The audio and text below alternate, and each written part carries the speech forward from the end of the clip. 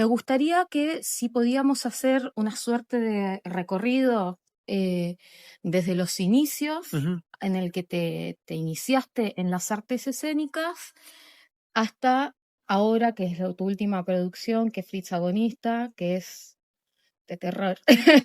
La anteúltima vez, no la última, pero Ah, claro, la última es la del porque Conex. hicimos el Conex hace Claro, poco, sí. Conex. Sí.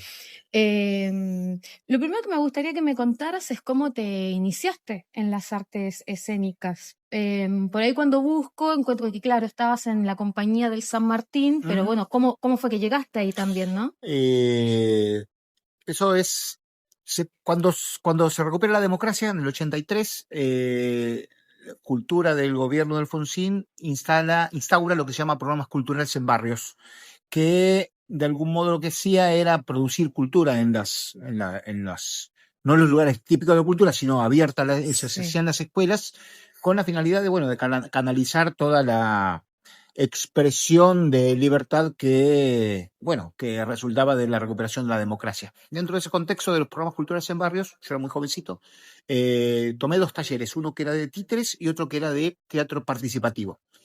Mientras estaba haciendo esos talleres, apareció una noticia de una audición en el Teatro San Martín para el grupo de titiriteros para renovar el elenco que se estaba renovando, había gente que se iba.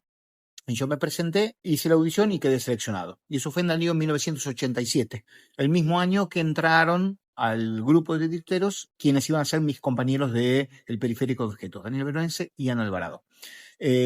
Así que fue en medio de rebote y con muchas agallas me presenté, estaba estudiando, me presenté, tenía facilidad, soy muy buen manipulador de objetos, entonces tenía algo natural que hizo que, bueno, quedara seleccionado en la audición e ingresar al grupo de titiriteros, en el cual estuve 12 años, pero en paralelo a los 2 años de estar dentro del grupo de titiritero, conformamos con mis compañeros del periférico lo que iba a ser el periférico de objetos, y hacemos la primera producción, que es Uburrey, y que se hace en el viejo paracultural, justo el año que cerraba el viejo paracultural.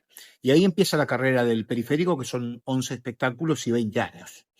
A medida que yo voy haciendo producciones con el periférico, también empiezo a desarrollar una carrera personal o un trabajo personal en donde intereses muy específicos míos, que no cabían dentro de la dinámica del grupo, hacen que yo me dedique un poco a las artes visuales, a hacer un poco de obra plástica, pero también algún tipo de experiencia teatral que ya estaba siendo más híbrida, en el sentido que ya eran instalaciones teatrales, hice una primera ópera en el año 99, vale decir, empezaba a responder a ciertos intereses bastante abiertos y bastante transgresores de los límites de lo que debe ser las estructuras, digamos, más estancas de las artes, sea teatro, ópera, performance, sino algo mucho más mezclado y tratando de escapar de las capturas de nomenclaciones que suele hacer la academia, la crítica, etcétera, etcétera, ¿no? Claro, Eso fue el inicio, digamos.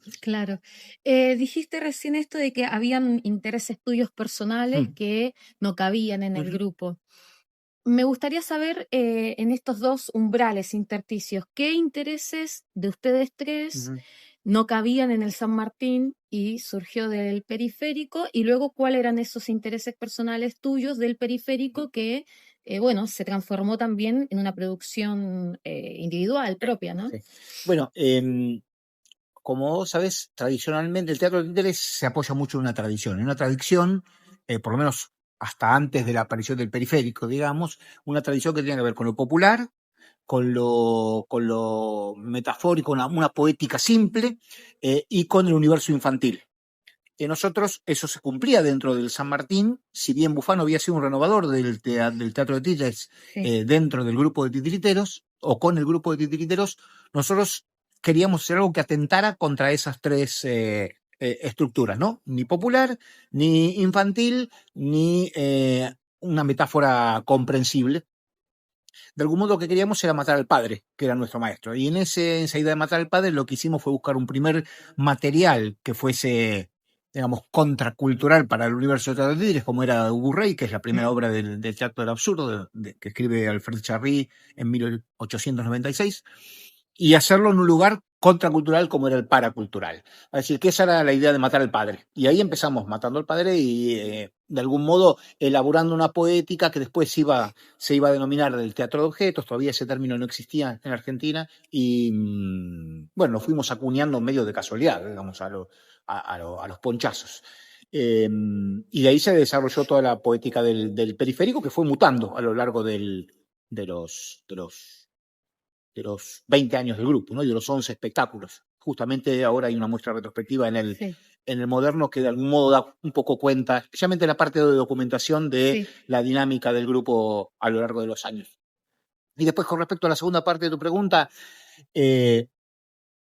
nosotros teníamos bien claro en casi todos los espectáculos, salvo los últimos, que fueron los más difíciles, donde ya nos estábamos empezando a distanciar, teníamos bien claro qué podía ser parte del universo de lo periférico y qué no. En lo que no, hacía que Veronese se dedicara a sus cosas por fuera del grupo, que Alvarado lo hiciera también y que yo lo hiciera.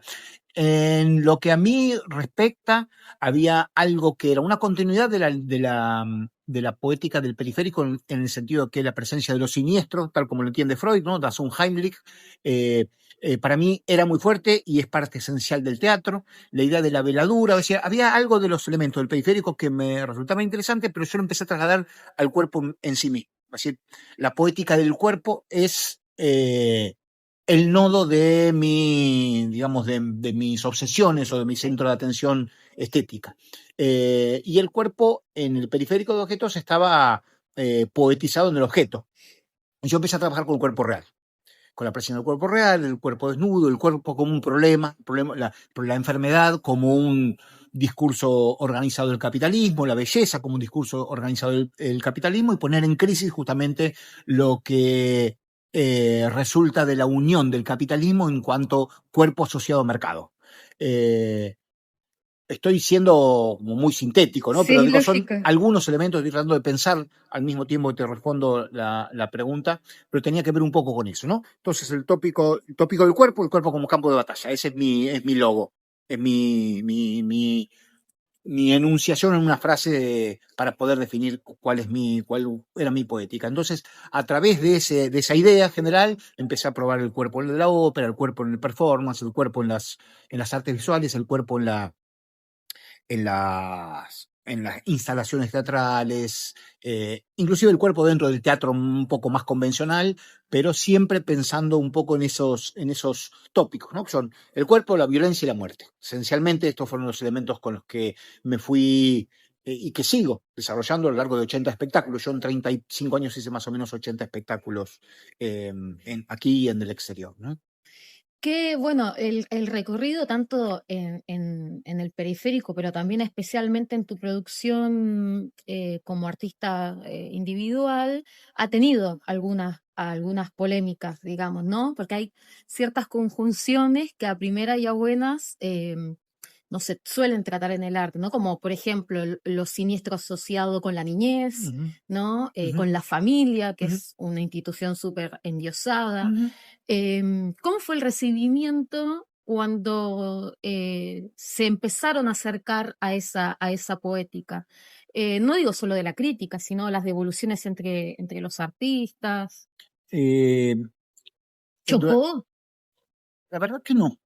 La verdad que no chocó. Fue integrada. A ver, los primeros 4 espectáculos del periférico teníamos un público cautivo muy reducido, que era un público cercano a nosotros mismos. Las producciones las hacíamos en espacios muy pequeños, con 20 butacas, 30 butacas. Y fue a partir de Máquina Hamlet en donde la proyección del periférico se hizo exponencialmente grande, tanto en Argentina como en el exterior. Y yo diría que uno de los espectáculos más polémicos era El Hombre de Arena, que fue el tercer espectáculo, que de algún modo fue leído desde afuera como una revisión de los cuerpos que estaban emergiendo. En aquel momento, el equipo argentino de antropología forense estaba haciendo las primeras excavaciones y exponiendo los cuerpos de los NN de la Guerra Sucia o de la dictadura militar. y el hombre de arena tenía un poco esas características, era una gran caja con media tonelada de tierra en donde los muñecos estaban enterrados y se los desenterraba, se los volvía a desenterrar. Entonces, eso que era chocante y era polémico, al mismo tiempo era leído desde el afuera, con una clave histórica, si se quiere, ¿no? Claro. Entonces, en ese sentido, no generaba una polémica porque aparentemente se leía eso. Después, Máquina Hamlet, que era un espectáculo con mucha fuerza, muy violento y que podía ser polémico en su forma, fue aceptado de inmediato por la crítica y por los espectadores. Estuvo 5 años en cartel. En aquella época era impensable que un espectáculo en el teatro independiente estuviese durante tanto tiempo. Tanto es así que nosotros en el año 2000 decidimos destruir los muñecos para no hacerlo más porque no queríamos seguir, digamos, haciendo eso, mientras hacíamos otros espectáculos. Y después en el recorrido mundial que tuvo, porque estuvo 5 años Sí, de gira, también hubo mucho consenso. Algunas polémicas, sí, pero polémicas que tenían que ver con cómo discutir políticamente desde el arte, etcétera, etcétera, pero no algo que generase fricción.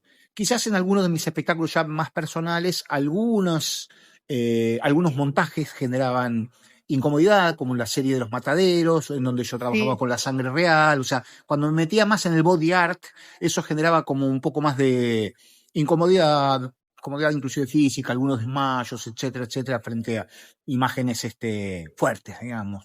Eh, mm, de todos modos, y más allá de eso, yo siempre anduve cerca de la incorrección política en el sentido de no adaptarme ni a los cánones ni a los mandatos de los discursos políticamente correctos, por un lado, y al mismo tiempo atentar en contra de lo institucional, de lo instituido. Vos lo dijiste, la familia, para mí, como la crítica a la familia es otro de mis tópicos, ¿no? El falologocentrismo, la crítica de las funciones de padre, madre e inclusive de hijo, son tópicos que a mí me interesan y que los voy tocando en diferentes formas, en diferentes espectáculos. Pero más allá de eso, lo que le pasa al público es un problema del público, no es un problema mío, no me importa en lo claro. más mínimo. En lo más mínimo me importa lo que le pasa al público. Hago la obra porque necesito hacerlo para el público, pero el público es una entelequia, el público son sujetos y cada sujeto tiene un universo psicofísico, mental, intelectual, deseante, erótico, que es incognoscible y no se puede agrupar en un término público y decir el público es una masa, sino que son sujetos. Entonces sería imposible poder pensar qué es lo que le pasa a cada uno de los espectadores entendiendo al público de la manera que lo entiendo yo. Entonces por eso no me puedo preocupar por el público. O sea, me preocupo por hacer una obra que esté más o menos bien cuando me sale, que ya es bastante. Imagínate tener que pensar Perfecto. en 50, 30, 80 o 100 espectadores. Sería como imposible, ¿no? Claro. Esto que mencionas de no pensar en el público tiene que ver también con la independencia Ujú, del artista, ujú, ¿no? Y sobre eso mismo me gustaría preguntarte, me decías recién que de alguna forma las obras o se podía tomar como tema, que salía a flote cómo discutir políticamente dentro del ujú, arte, ¿no? Em, Me gustaría preguntarte por tus posiciones ujú, políticas, por cómo de las cosas que he visto tanto en archivo como cuando te he ido a ver, hay algo muy interesante que me parece que hay un asunto político tratándose en escena sin que sea un panfleto, que me parece que actualmente cuesta mucho, ¿no? Hay una tendencia como ujú, de colocar un tema, una premisa, ujú, ujú, y por ahí abandonar ciertos ujú. procedimientos. Bueno, me gustaría que me comentaras eso, ¿no? Sobre tus posiciones políticas, sobre cómo crees que es posible discutir políticamente en el arte. Sí, esencialmente, para mí, el discurso político del arte está en la forma y no en el contenido. La forma es política en el arte. Si trabajásemos eminentemente sobre los contenidos, nos ahorramos el trabajo de hacer una obra de arte y hacemos política de manera directa o escribimos un ensayo, etcétera, etcétera. Como la estética es el problema de la forma, la política de una obra de arte es su forma, esencialmente. No quiero decir formalismo puro, estoy diciendo de qué manera un contenido, que puede ser una premisa, una idea o un problema, se transforma de manera formal para llegar al espectador y que el espectador haga lo que quiera. En ese sentido, volviendo a lo que vos hablabas de la independencia del artista, también pienso mucho en la independencia del espectador, que me interesa más que la independencia del artista. Es decir, el artista, si no es independiente, es un sujeto, un empleado que en realidad equivocó su camino, podía haber sido contador o bancario y le hubiese sido mucho más simple. Entonces, si no es independiente, tiene un problema, pero bueno, será problema de él. Yo traté de ser lo más independiente posible, entendiendo que nunca estamos por fuera del mercado y nunca estamos por fuera de la institución. Esto es así, no quiero Sí. decir que yo sea una excepción, ni mucho menos, pero sí tratando de entender esto, cómo uno genera cierta resistencia frente a eso. Entonces, en principio, la independencia del espectador. Por supuesto, la independencia del artista es lo esencial, pero del espectador para mí es fundamental.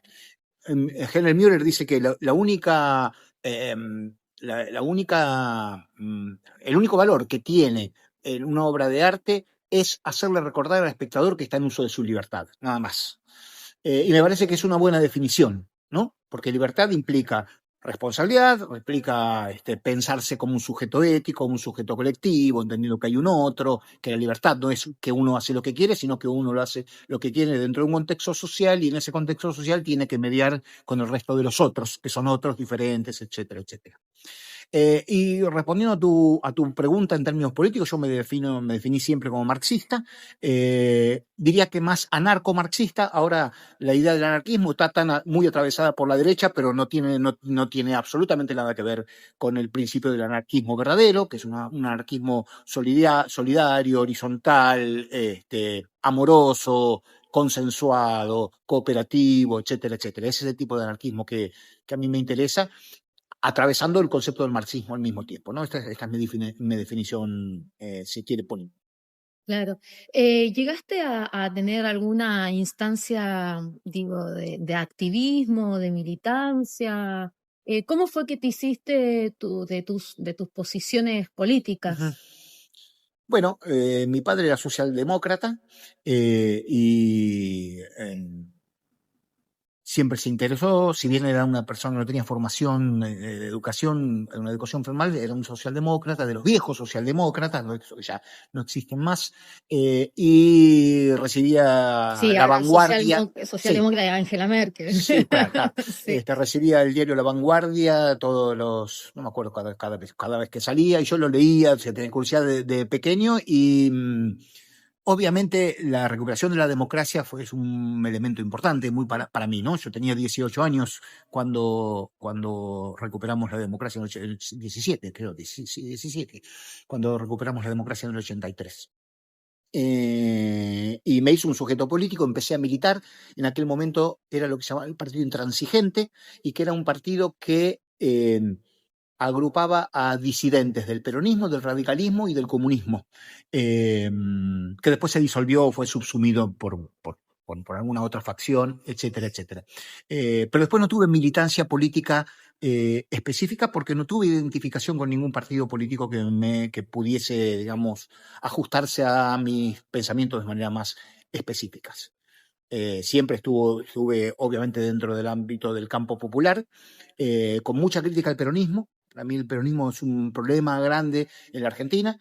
Para muchos es una solución grande, para mí es un problema grande, entendiendo una barrera, una posibilidad, la posibilidad de pensar una izquierda más interesante. Bueno, nada, un poco esa es mi definición de política. Claro. Em, sobre mencionabas esto de que, bueno, te tocó justo la mayoría de edad en el auge de la Ujú. democracia. em, y en general, digamos, o sea, por supuesto hay condicionamientos históricos, pero también hay, no sabría cómo definirlo, pero ciertas Sí. pulsiones individuales, ¿no? Que a uno lo hacen forjarse de manera autodidacta. Eh, Pienso en esto que, bueno, con la democracia también surgieron eventualmente nuevas propuestas, libros que por ahí estaban censurados y se podían Ujú. leer. ¿Cómo te fuiste construyendo en tu juventud tu repositorio, digamos, de influencias Ujú. artísticas, de corrientes? Es decir, ¿con qué artistas sientes que dialogas o que te atraviesan?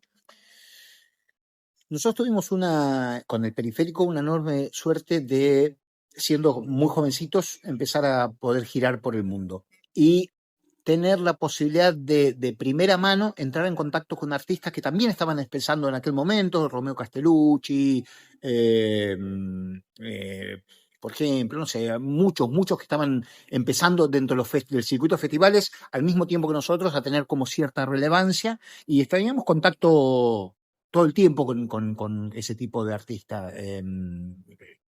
No me acuerdo quiénes más, pero muchos más que nos permitieron entrar en un diálogo y formarnos e intercambiar saberes de manera práctica y concreta, y al mismo tiempo éramos grandes ratones de bibliotecas y de museos. O sea, nosotros, ciudad donde llegábamos de gira, lo primero que hacíamos después de ensayar y dejar las cosas era irnos a los museos. Entonces, tener de primera mano la posibilidad de ver, no sé, la serie negra de Goya, si estás en el Prado, o si estás en Bruselas, ver los maestros del claroscuro, si estás en Holanda, Van Gogh, así, tuvimos la posibilidad de primera mano estar todo el tiempo formándonos de manera autodidacta y de manera independiente, lo que nos dio también, lo estoy diciendo en plural, pero lo debería decir en primera persona, lo que me dio a mí la posibilidad de elige tu propia aventura, es decir, Claro. de reforzar mi autodidactismo, que yo siempre era autodidacta porque no me formé, como te decía, estaba haciendo 2 cursitos y empecé en el grupo de directivos y después,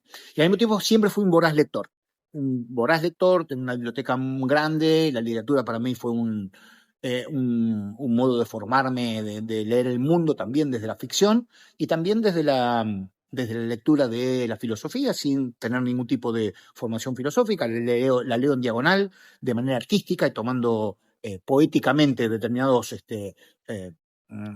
términos, conceptos de la filosofía, especialmente la filosofía francesa postestructuralista, etcétera. También el psicoanálisis, la lectura del psicoanálisis, de poder entender algo que tenga que ver con con el pensamiento del inconsciente, con el inconsciente como un develador de pulsiones, de formas de estar, etcétera, etcétera. Entonces, yo no te podría decir que me marcaron determinados artistas de manera muy fuerte, pero sí que muchos artistas me marcaron y en ese grueso de esa cantidad de artistas puedo reconocer algunos elementos de algunos artistas, pero no te podría decir, hay un norte específico que se llama tal creador que me marcó definitivamente. Claro. Actualmente, ¿cómo ves el teatro argentino? ¿Qué visión tienes del teatro argentino, particularmente del independiente? Eh, Vicio de director, hace mucho tiempo que no voy al teatro, porque me aburre mucho en general y porque esa fue también una premisa mía, no ver lo que se estaba produciendo para no trabajar a partir de un discurso de época, ni formal ni de contenido. Lo que se está hablando hoy, para hablar de lo mismo que se está hablando hoy, sino tratar de también tener esa independencia de la que hablábamos antes como creador para pensar de qué manera me inserto yo como sujeto social, como artista, sujeto social dentro de un marco específico, coyuntural de cada vez, de cada momento. Obviamente mi producción se puede leer en función del contexto social, es decir, las obras que hice en este último año y medio se pueden leer a partir de la irrupción de la ultraderecha en el gobierno, Claro. absolutamente. Pero siempre desde un dispositivo formal, otra vez, ¿no? Para pensar la política de la obra de arte como un dispositivo formal. ¿Y cuál era la pregunta? Me fui. Nada, te preguntaba esto, ¿no? ¿Cuál era tu visión del Del teatro? teatro. Bueno, lo que sí sé es que hay una tendencia que no me gusta para nada, es que lo que está haciendo el teatro independiente es empezar a mercantilizar su modo de producción de modo tal de pensar la obra por el lado independiente con la voluntad de poder llegar a la calle Corrientes y transformarse en un mercadito, porque termina siendo un mercadito. Y eso me parece muy peligroso. Pero bueno, nada, es un poco el signo de los tiempos. Entiendo que los artistas deben sobrevivir como puedan y por lo general cuando uno entra en modo supervivencia se prostituye un poco, tiene que ir negociando determinadas cosas que a veces en otro contexto no lo haría. Y este es un peligro que veo como un movimiento, no de las obras en sí mismo, en Sí. su contenido, sino cuál es ese flujo que se viene dando y que me parece un problema serio para el teatro. Claro. En esto, en un contexto de crisis económica, de precarización del trabajo, y que por tanto hay una presión muy fuerte de la clase dominante para con aquellos que no se dedican a producir las 24 horas del día, em, recién mencionabas esto, ¿no? Como que ves en el teatro independiente una intención de querer saltar al teatro comercial y luego en términos estrictamente, si se quiere, laboral, o sea, del qué hacer como artista, ¿cómo ves estas cosas? O sea, ¿cómo ves, por un lado, el intento de cierre del Instituto Nacional del Teatro? ¿Y cómo ves también la respuesta que ha dado el mundo del teatro en términos como de trabajadores, ¿no? Sí, sí, me parece que obviamente la intentona de la ultraderecha en todos los campos, y no solo en el cultural, pero específicamente en relación al teatro, obviamente fue una intentona que por ahora no se, Sí. si bien lo están desguazando de otra manera, por lo menos no voltearon la ley, no se subsumió el teatro, el Instituto del Teatro al área de cultura que pretendía quedar subsumido. Eh, y me parece que la respuesta de todos fue una buena respuesta, de todos los hacedores, todos los trabajadores de teatro, ¿no? De lo que me formo parte, por supuesto. Y lo que fue interesante también fue la aparición de generaciones jóvenes, de jóvenes dando respuesta a esto también, ¿no? Entendiendo que era importante eso. Es decir, los que tenemos tránsito de unos cuantos años sabemos cuál fue el valor y el disvalor del Instituto del Teatro, pero no estamos hablando del disvalor, teníamos que defender el valor Claro, del sí, Instituto del sí, sí, Teatro, sí. a como dé lugar, más allá de la burocracia, de todos los problemas que tiene el Instituto del Teatro en sí, y que tienen todos los censamientos del Estado, pero que no por eso deben ser cancelados. Y la respuesta fue buena, y de algún modo, si bien eh, que cayera el intento no estaba aislado de que cayeran intentos de otras cosas, es decir, que zafamos porque estaba dentro de un paquete macro. Si hubiese sido específico, creo que lo hubiesen borrado de inmediato. La respuesta del mundo de los hacedores de teatro en todas sus líneas creo que fue acertada y que estuvo buena. Genial. Te quería hacer dos preguntas en relación a esto que mencionamos al principio de la relación con lo siniestro y el cuerpo, Ujú, ¿no? ujú.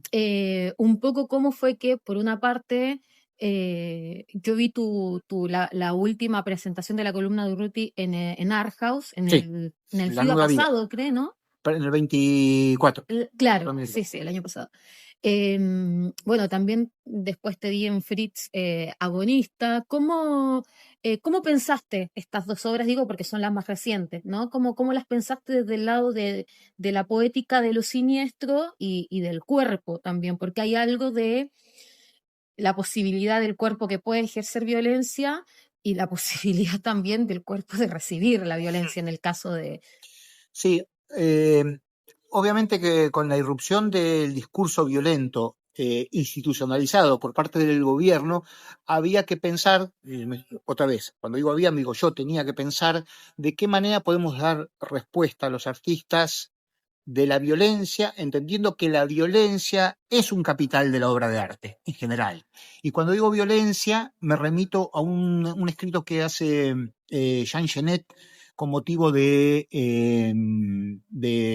juicio a la facción del Ejército Rojo alemán, en donde discrimina el término violencia de brutalidad. Entonces, Jean Genet dice que la violencia es inherente al ser humano, es inherente a la naturaleza. La semilla cuando germina genera una fuerza violenta, rompe para germinar la planta, rompe la tierra. El parto del ser humano es un gesto violento, es decir, que la naturaleza es violenta y que la violencia no es un problema. El problema es la brutalidad. Y la brutalidad, que es diferente a la violenta, es ejercida desde el poder, es ejercida de manera vertical, de arriba hacia abajo. Entonces, obviamente aparecía el problema de la violencia. Entonces, y la violencia fáctica que se estaba ejerciendo la policía sobre los cuerpos en los primeros meses del gobierno fue un motivo por el cual decidiésemos hacer la nuda vida ahí en Art House. Y la idea era desnudar el cuerpo de la violencia a partir de ese concepto de nuda vida. Es decir, Claro, aquellos que éramos violentados por los palos de la policía, éramos sujetos que no teníamos derecho de vida, como es el término, es un término de la legislatura romana, en el cual los esclavos en aquella época estaban dentro de esa categoría que era nuda vida, es decir, no tienen valor de vida. Se claro. lo puede matar que no es punible. Y trabajábamos también el término de nudo, de desnudo. Y esa fue la idea de hacer esa cuadrilla de 25 Que policías era antimatines. impactante, Claro que era impactante, claro. muy impactante. Claro, Digo, daba terror también cuando claro, entraban, claro, cualquiera que estuvo en alguna manifestación o claro, movilización, no da lo obviamente. mismo entrar ese, ¿no? Imagínate, claro. Eso por un lado, ese tipo de desarmar la violencia a través de otro gesto violento, pero en el sentido no brutal, sino Claro, violento. Y en el caso de Fritzl también hay un gesto violento, es decir, la obra es violenta, pero no es bruta, no busca la brutalidad, está en el filo. Es una obra violenta, donde violenta al espectador en el sentido eh, poético, si se quiere, sí, trabajando un poco en esa misma lógica, entendiendo que hoy ese sótano que en Pritzl estaba bajo tierra, hoy está arriba, emergió y está a la vista de todo y está consensuado por una gran mayoría, donde la claro. violencia es bien vista, donde la discriminación es bien vista, donde la negación del otro es algo bien visto, donde la crueldad es algo bien visto.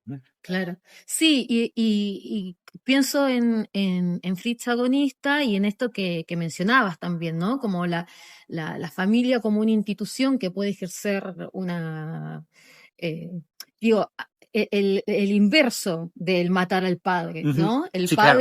El padre como ejecutor de Sí, la... sí, claro. Bueno, esta es la cultura. Es decir, la Claro, tradición judeocristiana es falologocéntrica. No solo la tradición judeocristiana, imagínate las filosofías orientales también. claro, Eh, sí, sí, eh, eh, entonces, obviamente ahí hay una crítica a las instituciones culturales, vale decir, cuando digo cultura estoy hablando de religión, a las instituciones morales y la figura del padre como como el claro, falo que domina todo y hace y deshace y posee, en el caso de Friso, sí, posee en todo sentido el cuerpo de su hija. claro.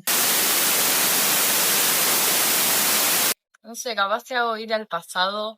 Me preguntaba, me quedé con lo del teatro de hoy en día y te quería preguntar, dijiste que en los 17 empezó de vuelta la democracia, en Sí, los 17, 18.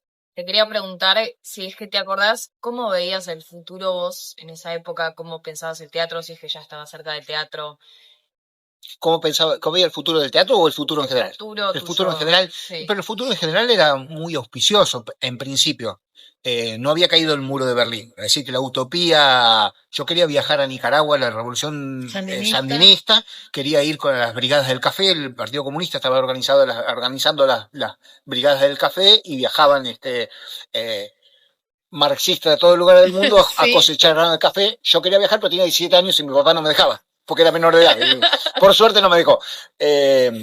Vale decir, había como todavía la presencia de la utopía, todavía no había caído. Recién entrado en los finales de los 80, principios de los 90, se termina de definir las utopías de manera clara y evidente. Eh, y,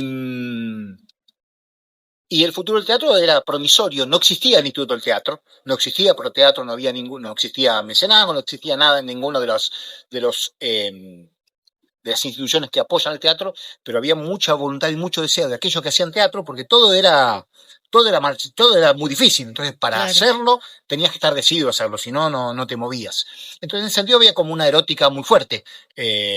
La erótica que implicaba la recuperación de la democracia, con lo que se llamó la primavera democrática, en términos de expresión, de deseo, la recuperación del cuerpo, como algo que había sido desaparecido y reprimido y o ocultado. El cuerpo vuelve a aflorarse a partir de la fiesta. Hay algo que en esa época es muy promisoria y muy hermosa, ¿no? Después llegan rápidamente los 90 y lo que hay que hacer es dar la batalla en contra del primer gobierno neoliberal de la democracia, ¿no? De la anterior versión de la dictadura.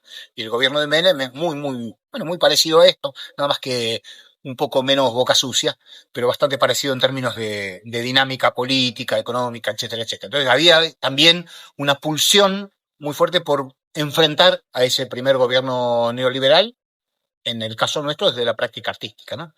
Eh, y hasta que llegan los 2000, y en los 2000 empieza como otro